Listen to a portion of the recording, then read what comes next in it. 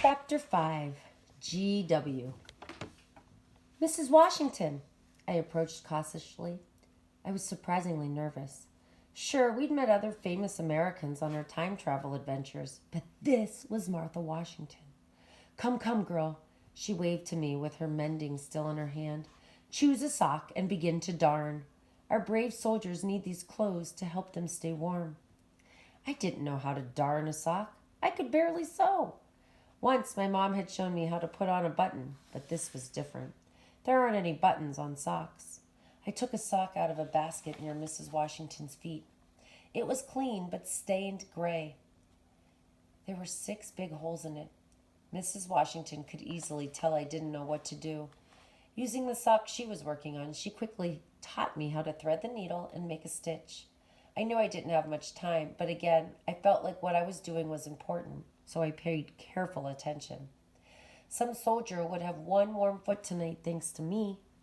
My stitches were horrible, crooked and too big. Even so, I managed to close one hole and begin to work on the second. So, how long have you been in Valley Forge? I asked Mrs. Washington. I was really curious to learn more about her. Since the boys were still off gathering wood, I had a few extra minutes to chat. I arrived a little before George's birthday.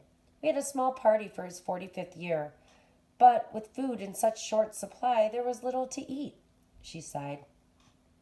Life here is much more difficult than we ever imagined. Did you know, Mrs. Washington asked me, that George takes no pay for his work in the Continental Army? The soldiers get paid, the officers too, but not my George. He pays for everything himself with the hope that he will be paid back after America is truly its own country. I didn't know that. George Washington will long be remembered for the good work he does, I said, afraid to tell too much about the future. You'll be remembered too. There is nothing special about me, Mrs. Washington noted, as she finished the sock she was working on and looked over at my stitches. Tuck them a bit smaller, she advised. I thought about telling her that she was going to be the first lady of America, but knew deep down she wouldn't believe me. So I simply nodded and got to work on the last big tear instead. When I was finished with the sock, I put it down and asked, "Where is the general now?" Mrs. Washington took her time replying, glancing over my shoulder at the soldiers gathered around that pitiful fire trying to keep warm. Apparently, Jacob, Zach, and Bo hadn't returned with firewood yet. "We live in Virginia," she told me, not answering my question at all. I knew a little about George Washington's home. It was called Mount Vernon. Martha turned her head back from the cold, starving soldiers and said, "We have over 8,000 acres of farmland, a stable, a greenhouse, a smokehouse, a wash house, and a mansion. Nearly 300 people work at our home. It is a gentleman's life." She nudged the basket of socks with her booted toe. A fine life. She wasn't getting to the part we needed to know. We needed to find GW. "I heard that General Washington wants to leave Valley Forge," I remarked as if it were common knowledge. "Shh!" Miss Washington quickly put her finger to her lips. "Do you want everyone to hear?" She moved closer to me and whispered, "So many soldiers are already deserting. If they hear George and I are going home, many more will run away. The Continental Army will get a new leader in a few days. Someone else can handle the problems. George and I are taking Nelson and Blueskin and going back to Tartar, True Love, and Sweet Lips." Huh? Had Mrs. Washington suddenly started speaking a different language? Nelson and Blueskin are GW's horses. The soft tone of Bo's voice came from behind me. Tartar, True Love, and Sweet Lips are his dogs. I turned to find Bo and Jacob heading my way. Zach was out of breath, rushing up behind them. All 3 had wooden boards piled in their arms. "Where'd you get all that wood?" I asked, jumping up so fast I nearly spilled the basket of holy socks. Bo and Jacob started to speak, but Zach caught up and answered. "On the far side of camp, they are making new cabins. Unused hunks of wood are just lying around. But that's not what's important." He rushed on to say, "Wait till you all hear who I saw." I was behind a different cabin from Bo and Jacob. I was collecting boards when... "You stole the wood?" I cut him off, totally surprised. "How can you burn the boards the soldiers need to make their cabins?" Calm down, Abigail, Zach told me. We only took the scraps. Problem around here is that there's so little wood. So little of everything, Mrs. Washington put in. I introduced Mrs. Washington to my friends. The boys were as awed to meet Martha Washington as I was, especially Beau. He got all red-faced and he kept staring down at his feet. Abigail, Zach whispered to me while Mrs. Washington was saying hello to Jacobs. Don't you want to know who I saw? Not now, Zach, I said. We have serious business to do. This isn't a joke, Zach said back to me. I saw. I turned away from him to face Martha Washington. Mrs. Washington, I began, I'm not a volunteer, and the boys aren't really soldiers. The truth is, we've come a long way to meet your husband. We need to convince him not to leave Valley Forge. Jacob shuffled the wood boards in his arms as he spoke. The future of America depends on him. As Jacob spoke, Zach just tapped his toe and stared at me. Now. Can I tell you now? He asked impatiently. Not yet, I said, feeling a bit frustrated with Zach. Before we do anything else, we have to convince Martha Washington to take us to her husband. Beau turned to me asking, Abigail, do you have a dollar bill in your pocket? I don't think so, I replied as I pulled off my back and checked the outside pocket. I didn't have a dollar, but I did have a quarter. I knew it would work just as well. I handed the quarter to Mrs. Washington. What does this mean? She looked from Jacob to Beau to Zach to me. The man on your medal looks like my husband George. It is George Washington, Jacob explained, shifting his load of wood around some more.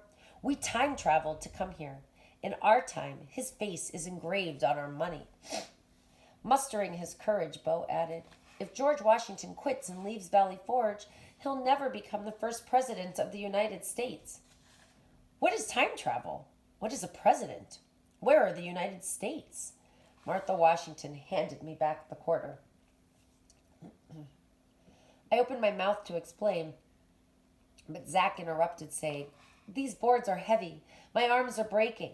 He paused. Plus, I really need to tell you all who I saw down by the log cabin. You could tell us later, Jacob quickly cut off Zach's complaining. We still have about 62 minutes left to complete our mission. Jacob nodded toward his pocket where the first time travel computer was stashed. First, let's drop off this wood so the soldiers can have a warm fire. He looked at Mrs. Washington. After we do that, will you take us to see your husband? We can explain everything when we find him. Martha stared at us for a long moment, then said, it will not do any good. He is at the Potsy's house writing a letter and packing our belongings. I came down to the river to volunteer for the last time. Please take us to see him. I was practically begging. I flipped the quarter in the air. George Washington's silver-etched face glinted at her as the quarter spun. I caught it in my fist. We have to try. Fine. She reluctantly changed her mind. But I fear you are too late. He is firmly convinced that he should quit. Her announcement was punctuated by the crash of Zach dropping his firewood. He barely missed my toes. That's what I've been trying to tell all of you. Over behind the log cabins, I saw Babs McGee. Chapter 6. The Future. Who is Babs McGee? Mrs. Washington immediately asked. She's this woman who tries to convince people to quit their dreams, I replied. She wants to be famous, Zach put in. If George Washington leaves Valley Forge, she'll try to take over being general, and then... Zach gasped as he realized what Babs was doing. She'll become the first president of the United States. I wasn't sure how she planned to do it. We haven't had a woman president in our time yet, and there still aren't very many women generals either. But knowing Babs McGee, she'd already figured out how to solve those problems. She was sneaky, not dumb. I wish I could figure out how to tweak the time travel computer, Jacob muttered. Just once. I'd like to get somewhere before she does. Mr. C said, it's just one of those computer glitches. We have to deal with her now that we know she's here, I said. I cannot believe anyone convinced my George to quit, Mrs. Washington insisted. He's a very stubborn man. No, she said firmly. George has been thinking about going home for a long time. I bet she just helped him make the decision, I said. She's tricky like that. She probably reminded him of all the reasons he should quit. Like no uniforms, no food, runaway soldiers, the Continental Army losing battles, the freezing cold, and how he has a nice house waiting for him in Virginia. Zach listed all the reasons GW might quit, then said, "Now that I'm thinking about it, if I were GW, I'd quit too." "That's nothing new," Jacob rolled his eyes. "You quit everything." It was true. No one was as good of a quitter as Zach. In just the past few weeks, he'd given up pottery club, math club, and ping pong. Zach was still searching for his thing. Sometimes I wondered if quitting might just be his thing.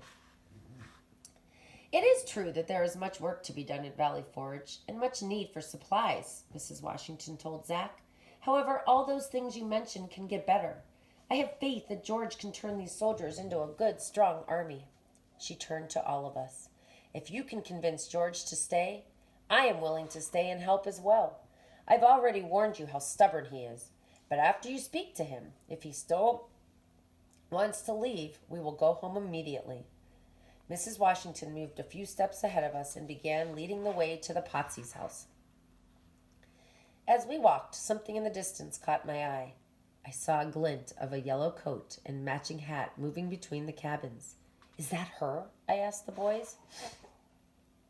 Bo took a long, hard look and reported, "That's definitely Babs McGee. She's talking to someone." He squinted at the pair, then said, "I should have known. Babs is hanging out with Benedict Arnold." The name Benedict Arnold sounded familiar, and I asked Bo who it was. Benedict Arnold was a friend of George Washington, but he became a traitor. Late in the war, he turned against the Continental Army and took sides with the British. He pretended to be on the side of America, but really wasn't. Sometimes I think Bo has an entire encyclopedia stored in his brain. What do we do? I felt desperate. Obviously, Babs was going to get to the traitor, Benedict Arnold, to help her take over GW's life. "I say we forget about Babs," Jacob suggested. "Let's focus on getting George Washington to stay at Valley Forge." Bo agreed with Jacob. "If we can get him to stay, she'll fail." "Are you sure you don't want me to try to steal her time travel computer?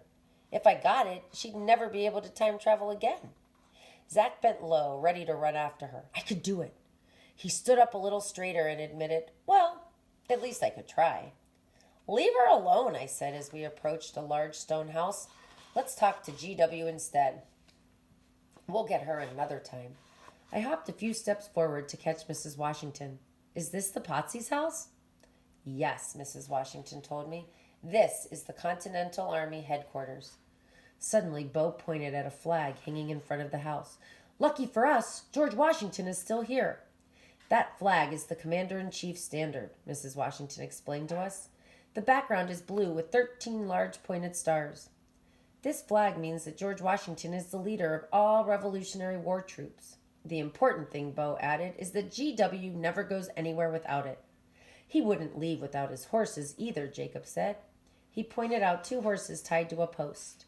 A wagon sat nearby, ready to be hitched.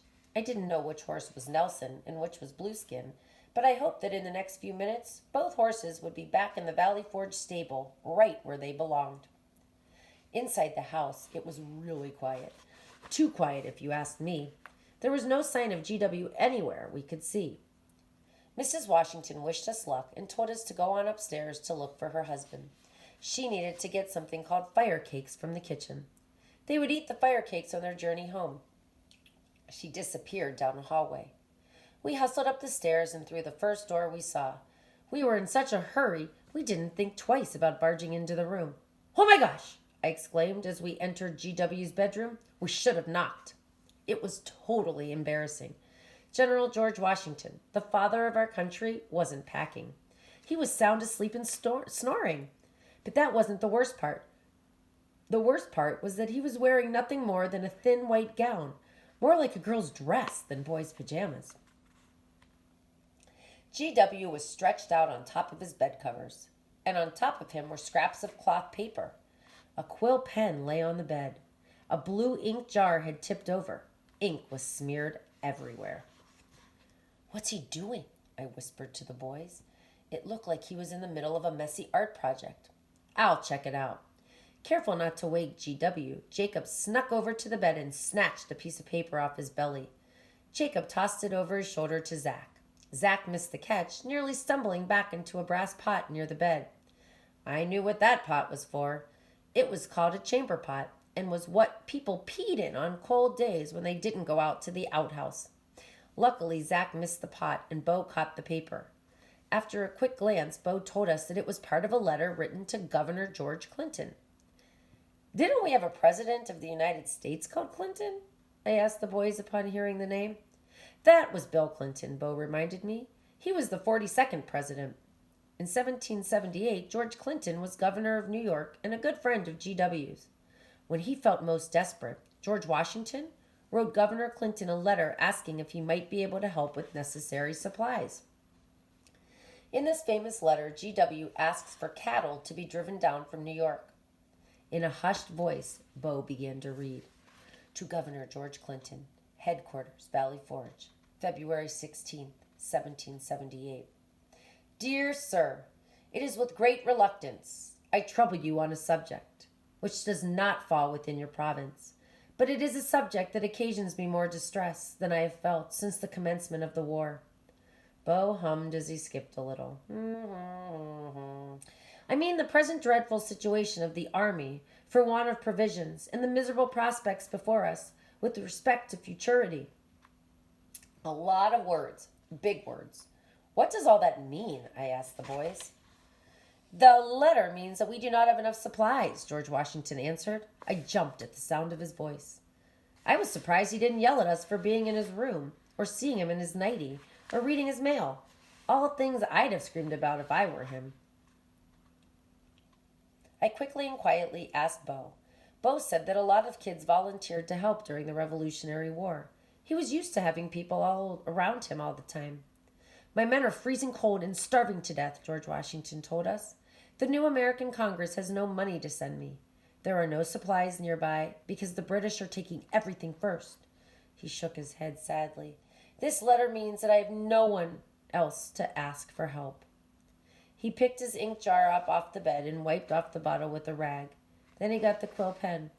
George Washington put both items in a nearby open crate before closing the lid with a slam. There were many similar crates lined against the walls of the room. Thank you for waking me up, he told us. In a move faster than I've ever seen, he leaped behind a fabric curtain and within seconds was dressed in full military gear. I must leave now, he said as he headed to the bedroom door. I was feeling bold and strong and wanted to be the first to try to convince him to stay. I stepped in front of our great American leader. Sir, I said, my voice loud and determined, you can't leave. America won't be a free country unless you win the Revolutionary War. These men and women need you to lead them. Only you can keep the soldiers from deserting. I could see he didn't believe me, so I pressed on. You must help them. Send the letter to your friend and don't quit. You've got to hang in there. GW stepped around me. Martha, he called down the stairs. Are the horses saddled? I knew she probably couldn't hear him since she had gone to the kitchen. Before George Washington could call out again, Zack took a try. I know all about quitting, Zack put it sincerely. Quitting feels good at first, but sometimes you wonder why you gave up. George Washington made a noise that sounded like humph. Then he called for Martha again. The more stubborn GW acted, the more courageous Bo seemed to become. I could tell that Bo really wanted to convince GW not to quit. You can't quit just because there aren't enough supplies, he said. In the next few weeks, supplies will come, along with the new quartermaster to help organize everything. A man named Baron von Steuben is also on his way to help you train the troops. George Washington turned to us. The problem is greater than supplies and training troops. My men lost too many battles before we came to Valley Forge. The troops are tired. They do not think they can win, he sighed. When you stop thinking you can win, you have already lost. Then he added, I do not believe we can win either. Every battle I have led lately has ended in disaster. That isn't true, Bo said, continuing to gather his nerve to speak loudly to an adult, a really famous adult. You had a big day when you crossed the Delaware. Yes, GW said, a far-off look in his eye. That was a fine morning. We surprised the British on Christmas at dawn and drove them back. But, he looked directly at Bo, Bo was twitching his knee nervously. That win was over a year ago. George Washington looked sad. If the British attacked us here, he moved over to the window and glanced outside, we would be crushed. My soldiers are too weak to fight. He closed the curtains. Before coming to Valley Ford, I had 2 chances to stop the British, at Brandywine and Germantown. Both times we lost the battles and had to retreat. Now my troops have no confidence in me. Yes, they do, I insisted, although I knew it was no use. We were talking to a defeated leader. He was quitting, and nothing we could do could stop him. Well, almost nothing. We were going to have to take him to the future. As G.W. called down the stairs, Martha, have the men bring the horses around to the front. I quickly whispered my idea to the boys. We only have 41 minutes, Jacob told us that Mr. C added a new button to the computer that would let him change the settings as many times as he wanted. Now we could easily make multiple jumps through time if we needed to. Will 41 minutes be enough? Zach asked. It has to be, Bo said confidently after a little chin scratching. Let's go. In the blink of an eye, Jacob reset the computer and pulled out the cartridge. The glowing green hole opened in the floor of GW's bedroom. In a flash of what I must say was brilliant planning, I screamed, teetering over the hole as if I were about to fall in. I flailed my arms and shouted, "Help me!" in my most pathetic voice. Just like I expected, being a general and a good man, George Washington couldn't resist saving my life. He leaped forward and grabbed my hands in a single motion. Once his hands were around mine, I leaned back with all my weight. I'm not very heavy, but we were at the edge of a hole, so it worked. He lost his balance, and we toppled into the time travel hole together. The boys jumped in after. We were headed back to the future.